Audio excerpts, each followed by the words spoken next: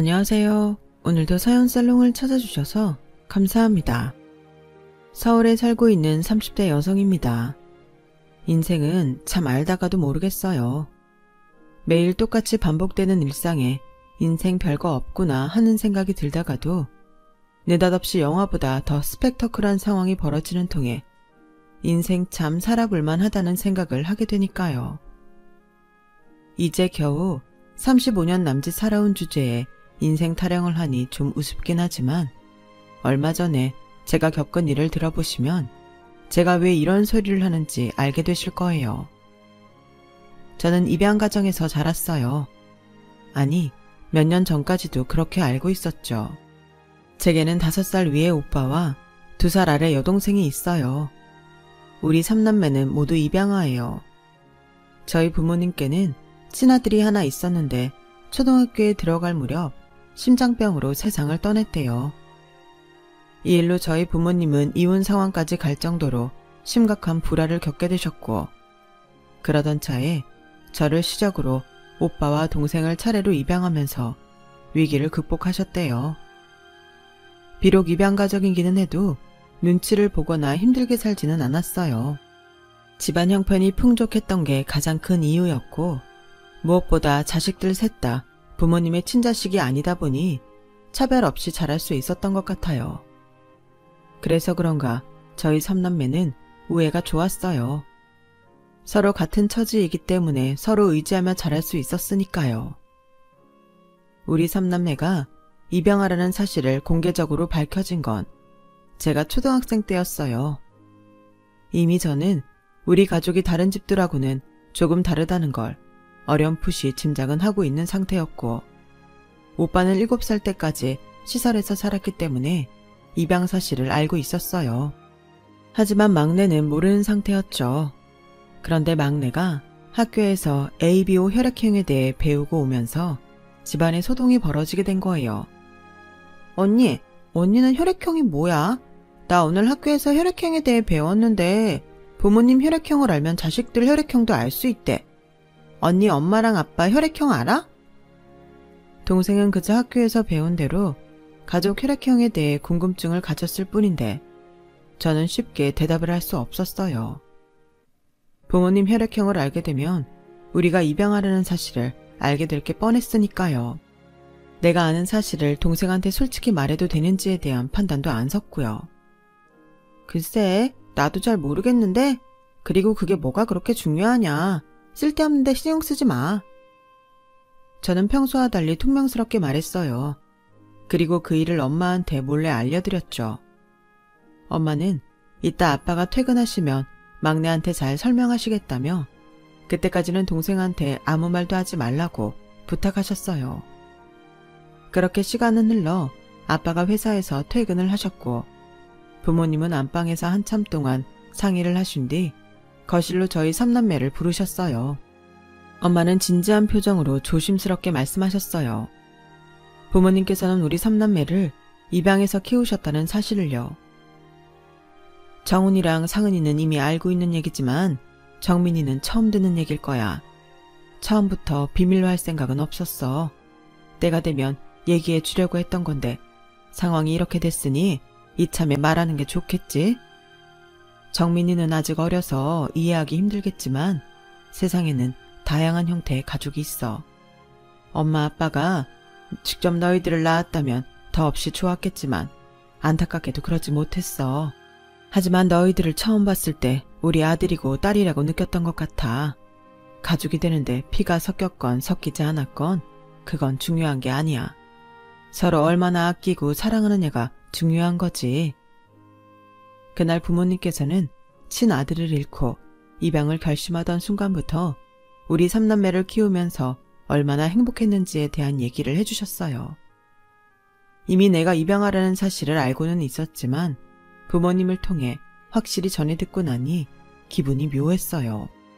아무것도 달라지는 건 없어. 우리는 예전에도 그렇고 지금도 그렇고 앞으로도 우리가 가족이라는 사실은 변하지 않을 테니까.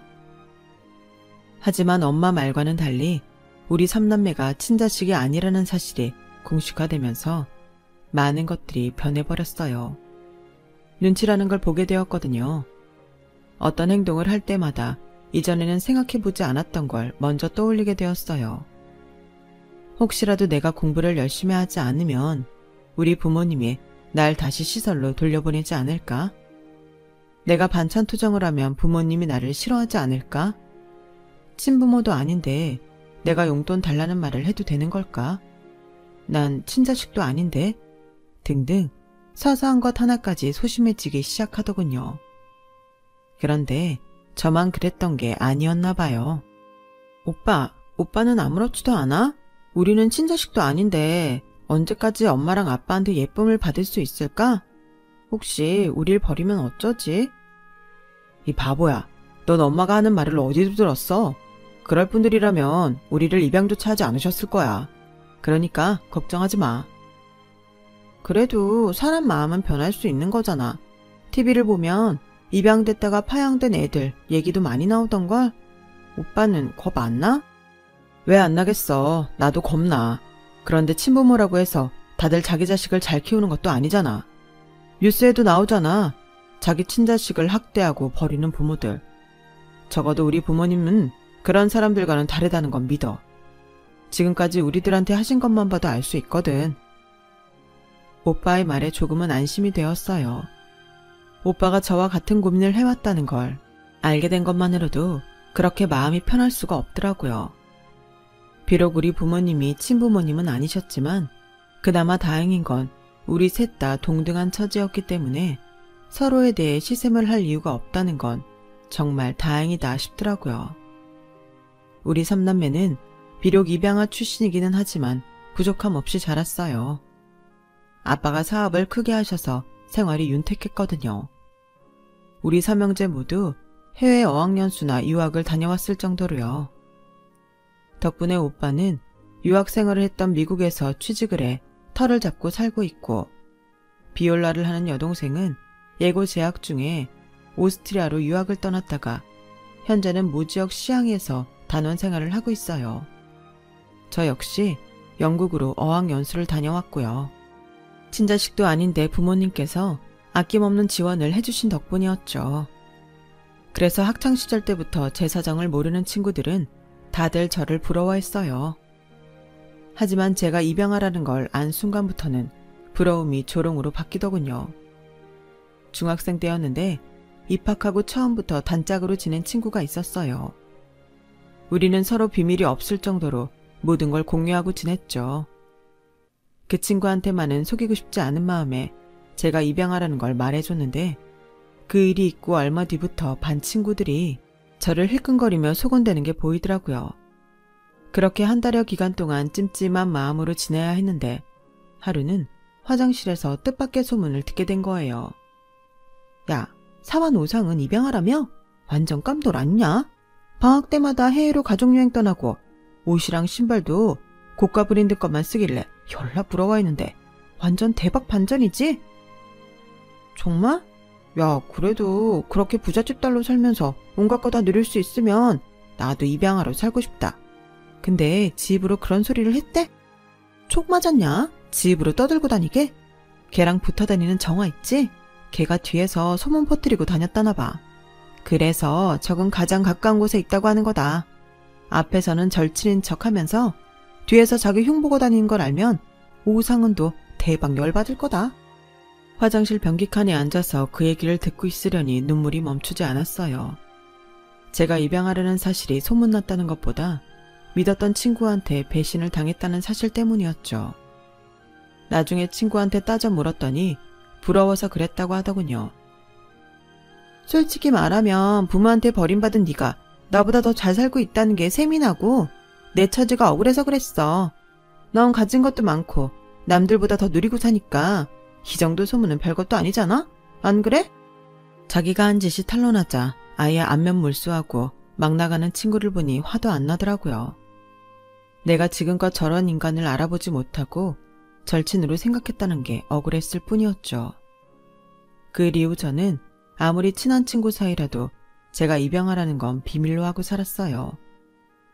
결혼 전 남편과 연애를 하면서도 마찬가지였어요. 사귄 지 2년이 넘어가면서 결혼 얘기를 꺼내는 남편을 볼 때마다 말을 해야 한다는 생각을 했지만 쉽게 입이 떨어지지 않았어요. 혹시라도 남편이 내 사정을 알고 나면 중학생 때 친구들처럼 돌변하지는 않을까 겁이 났거든요. 그렇다고 언제까지고 속일 수만은 없었어요. 그건 분명 사기 결혼이니까요. 그래서 시댁에 인사를 드리러 가자는 말을 들었을 때 더는 미룰 수 없다는 결론에 이르렀죠. 그래서 솔직하게 얘기를 했어요.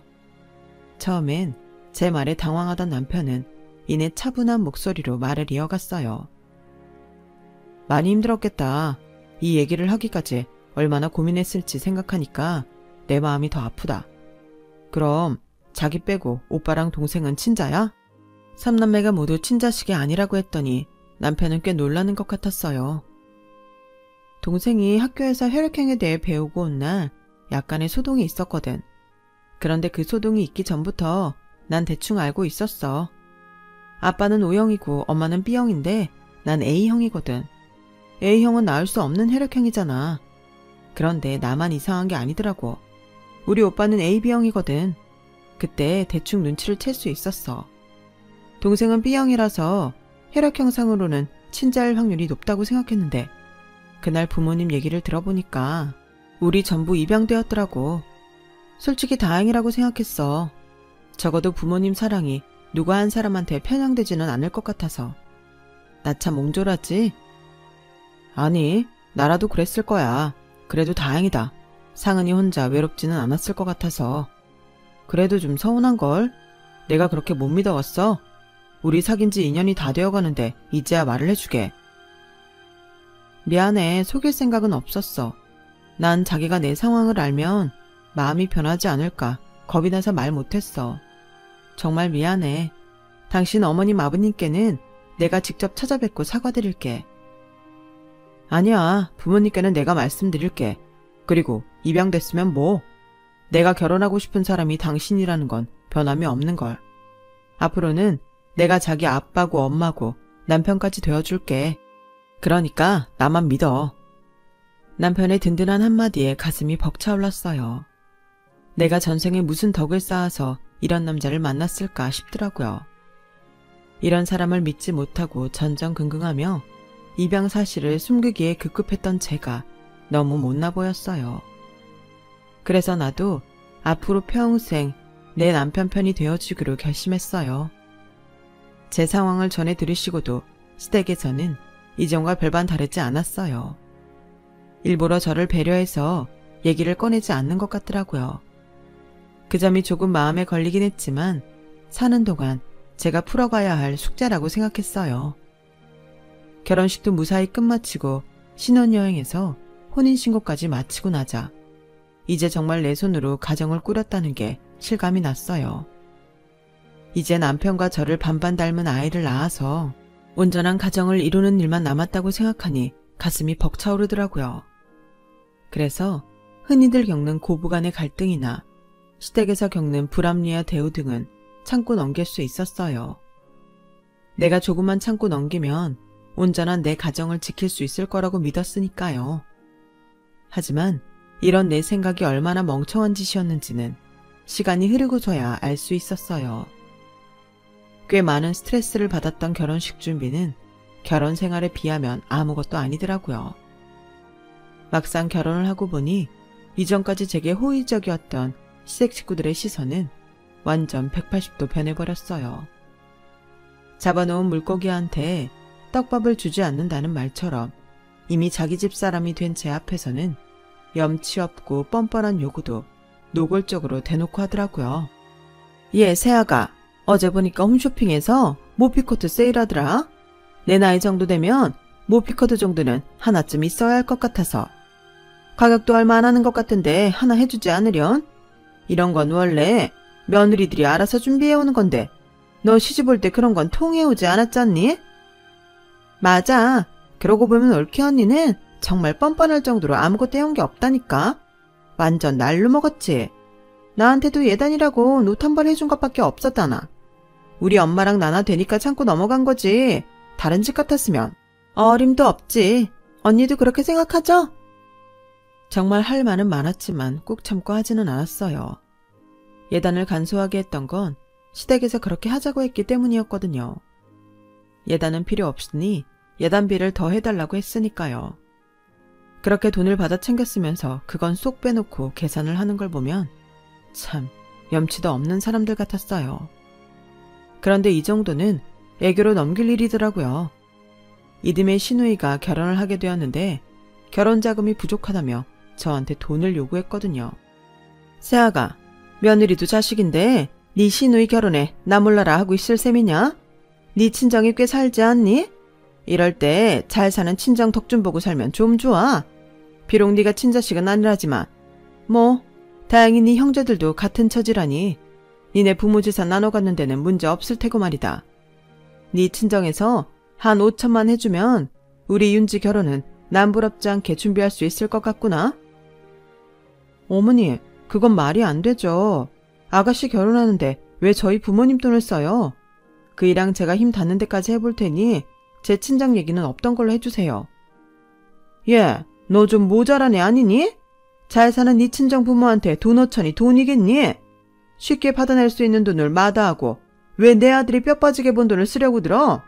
너 출가 외인이야. 이제 네 가족은 우리라고. 게다가 네 친정 부모랑은 피 한 방울도 안 섞인 남남이잖아.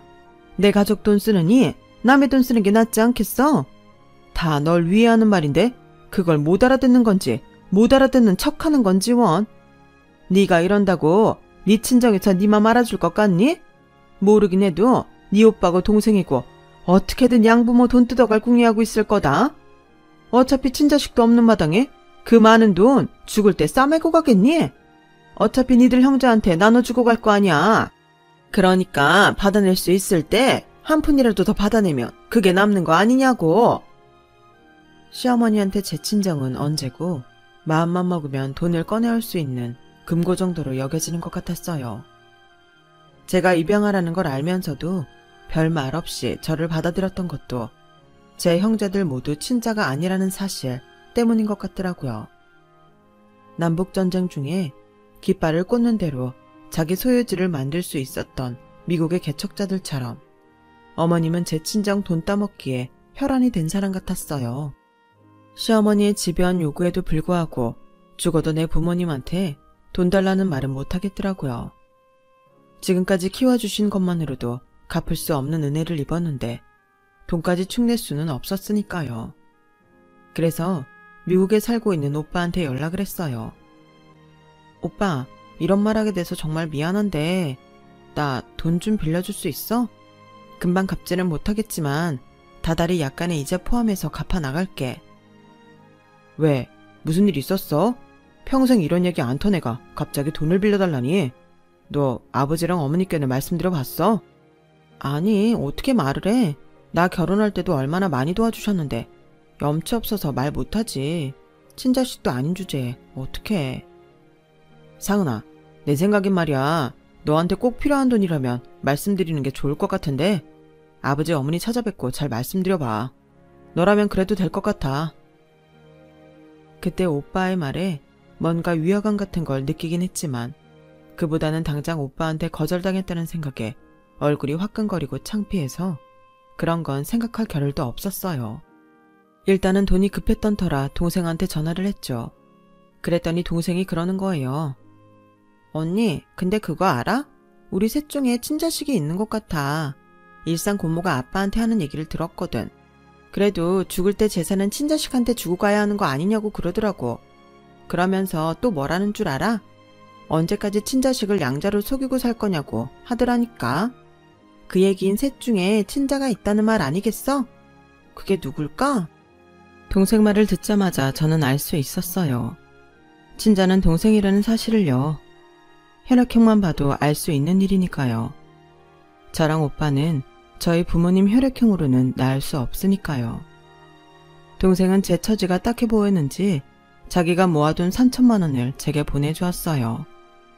언니가 돼서는 동생한테 도움은 주지 못할 망정 돈이나 빌려 쓰다니 속도 상하고 창피했어요. 도저히 이런 마음으로는 동생 돈을 쓸 수 없겠더라고요. 그래서 그날 밤 저녁밥을 먹으면서 남편한테 말했어요. 동생한테 들은 친자 얘기도 함께요. 그랬더니 남편이 대뜸 숟가락을 탁 내려놓으며 화를 내지 뭐예요. 뭐? 그게 사실이야? 그럼 처제가 친자식이란 말이냐고. 부모님한테 확인한 건 아니지만 내 생각이 맞을 거야. 정민이는 B형이거든. 그런데 자기 왜 이렇게 화를 내? 몰라서 물어. 낙동강 오리알되게 생겼는데. 아, 미친. 당신은 그동안 뭘 한 거야. 그렇게 중요한 사실을 이제서야 알다니. 양자라도 부모 유산 받는 데는 문제 없겠지. 뭐 차등 지급을 받을지는 몰라도 당신 부모님 성격상 크게 차별하진 않을 것 같은데 말이야. 뭐? 당신은 지금 그게 그렇게 중요해? 내가 친정 부모님 유산 못 받을까 봐 그게 걱정이냐고. 아니, 누가 꼭 그렇대. 말이 났으냐는 말이지. 그날 남편의 표정은 제가 알고 있던 남편의 모습이 아니었어요. 돈에 눈이 먼 탐욕 덩어리 그 자체였거든요. 그제야 그동안 내가 믿었던 남자가 어쩌면 그리 믿을 만한 사람이 못 되는지도 모르겠다는 생각이 들더라고요. 믿음에 균열이 생기고 나니 남편의 행동 하나하나가 다 의심스럽고 못 믿어왔어요. 그간 평일이고 주말이고 가릴 것 없이 제 친정에 드나들며 내 부모님께 사위 노릇을 톡톡히 하던 남편의 모습 역시 다 돈을 노리고 한 짓이 아닐까 의심스럽더라고요. 툭하면 제 부모님 앞에서 사업을 해보고 싶다는 말을 꺼냈던 것도 제 친정 도움을 받으려는 남편의 의도적인 행동이었다는 것도 알겠더라고요. 이렇게 알아채기 쉬운 걸 제가 그동안 왜 몰랐을까? 내 자신이 한심했어요. 이후 남편은 어떻게든 한 푼이라도 더 뜯어낼 욕심에 전보다도 더 눈에 불을 켜고 제 친정에 드나들기 시작했어요. 그 모습이 너무 꼴사나워서 역겨울 정도였어요. 그래서 하루는 남편한테 그랬죠. 마음에도 없으면서 그렇게 공들일 필요 없어. 우리 부모님 재산은 친자식한테 물려줄 거니까. 설사 그러지 않겠다고 하셔도 우리 친가에서 가만히 있질 않을걸. 특히 친할머니랑 고모들이 그 꼴을 가만히 보고 계시겠어. 난 지금까지 키워주신 것만으로도 감사할 따름이야. 더 욕심 안 내. 어쩌면 오빠도 그래서 일찌감치 미국에 털을 잡고 사는 건지도 몰라. 아빠 회사에 들어갈 수도 있었는데 굳이 미국까지 나가서 사는 거 보면 말이야. 오빠도 부모님 재산에 욕심 안 내겠다는 거겠지. 나도 그럴 거야. 그러니까 당신도 마음 접어. 아씨, 이거 완전 똥 밟았네. 야, 넌 어떻게 된 애가 눈앞에 그 많은 재산을 두고도 욕심을 안 내겠다는 말을 쉽게 하냐? 어떻게든 한 푼이라도 더 받아낼 생각을 해야지. 네 남편이 이렇게 공들이는 거 보면서도 어떻게 두 손 놓고 포기할 생각부터 하냐고. 네가 입양하라는 소리 했을 때 솔직히 실망했는데 그나마 네 형제들도 다 같은 처지라고 해서 희망이 생겼더랬어. 근데 사람 가지고 장난하는 것도 아니고 친자식이 있다는데 내가 지금 제정신이겠냐? 눈앞에서 당첨된 로또가 딴 놈 손에 들어갈 판인데. 아, 나만 속물이고 나만 나쁜 놈이지. 내가 나 혼자 좋자고 이러냐고. 처가 도움 받아서 회사 하나 차리면 노조 좋고 나중에 우리 자식한테도 좋은 거 아니겠냐고. 그런데도 너 혼자 고고한 척 꿀값이나 떨고 있으니 내가 속이 안 타겠냐? 너 자꾸 이런 식으로 나올 거면 차라리 우리 헤어지자. 이혼하자고.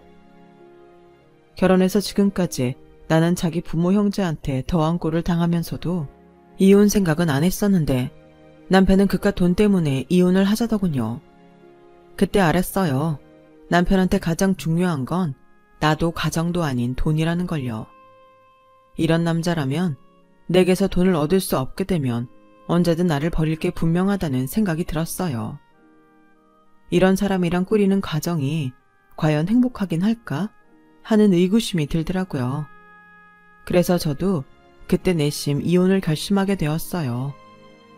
남편은 이혼 얘기를 하고부터 제 친정에 발길을 끊었어요. 얻어낼 게 없어진 이상 공들이지 않겠다는 의미였죠. 그리고 얼마 뒤 남편이 구체적인 이혼 얘기를 꺼냈어요. 재산 분할부터 이혼 시기 등에 대한 구체적인 것들이었죠. 그런데 본격적으로 뭔가를 하기도 전에 친정에 일이 생겼어요. 친정 엄마가 수술을 받게 되었거든요. 많이 위험한 수술은 아니었지만 그래도 전신 마취를 해야 하는 수술이라서 수술 당일 저는 직장에 월차를 내고 병상을 지켰어요. 동생이 지방에서 연주회에 참석하느라 엄마 곁을 지킬 사람이 저밖에 없었거든요. 다행히 수술은 잘 끝났고 중환자실을 거쳐 일반실로 옮긴 엄마는 약 기운에 취해 그런지 자꾸 잠에 빠져들었어요. 그러자 간호사가 엄마 상태를 체크하기 위해 간단한 질문을 몇 가지 하더라고요. 환자 이름이나 나이 같은 쉬운 것들이요. 그러다가 엄마한테 혈액형이 뭐냐고 물었더니 엄마가 A형이라고 대답하더라고요. 그래서 제가 끼어들었죠. 엄마가 왜 A형이야? B형이지? 간호사님, 저희 엄마 아직 마취해서 덜 풀린 건 아니겠죠?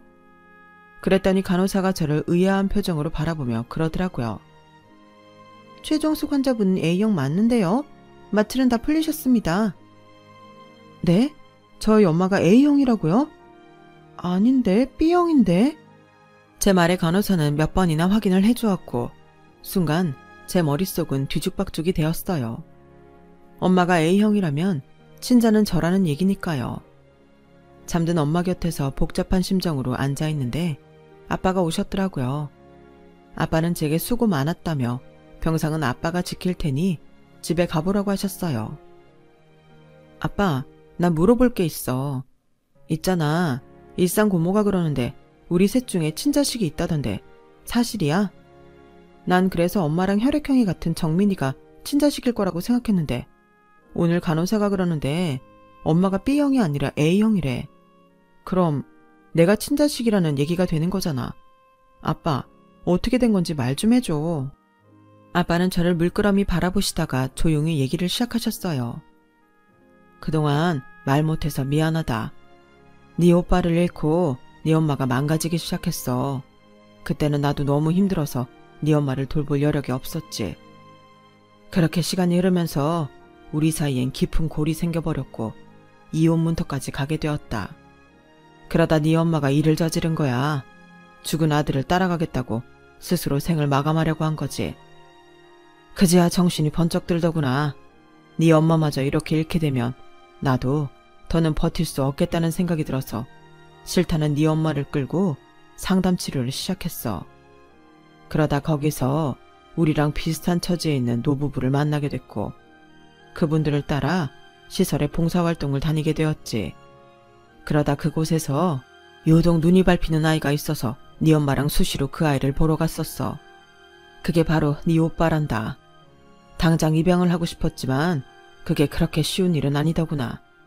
입양은 마트에서 물건을 사는 것처럼 간단한 게 아니거든. 가족이 되는 거니까 우리 입장뿐만 아니라 당사자인 아이의 마음도 중요하잖니. 그래서 일단은 시간을 두고 아이와 친해지는 게 순서라고 생각했다. 그런데 그러던 중에 너를 임신한 거야. 엄마는 너를 임신한 상태에서도 꾸준히 네 오빠를 보러 시설에 찾아갔어. 내 자식이 생겼다고 이미 마음에 들어온 아이를 마음에서 지워버릴 수는 없었으니까. 네가 돌이 지나고 나서야 네 오빠를 입양하게 되었다.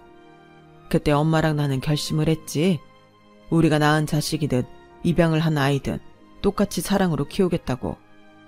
그래서 너한테는 못할 짓을 하게 되었어.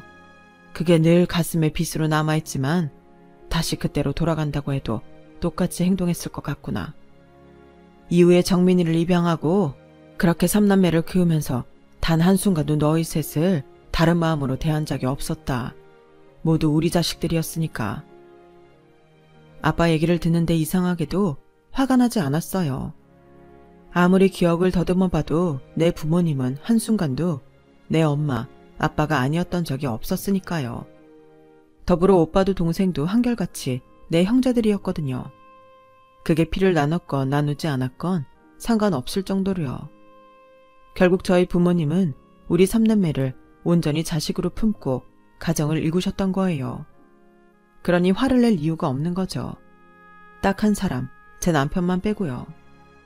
무덤덤했던 제 반응과 달리 제가 친자식이라는 소리에 남편은 흥분을 감추지 않았어요.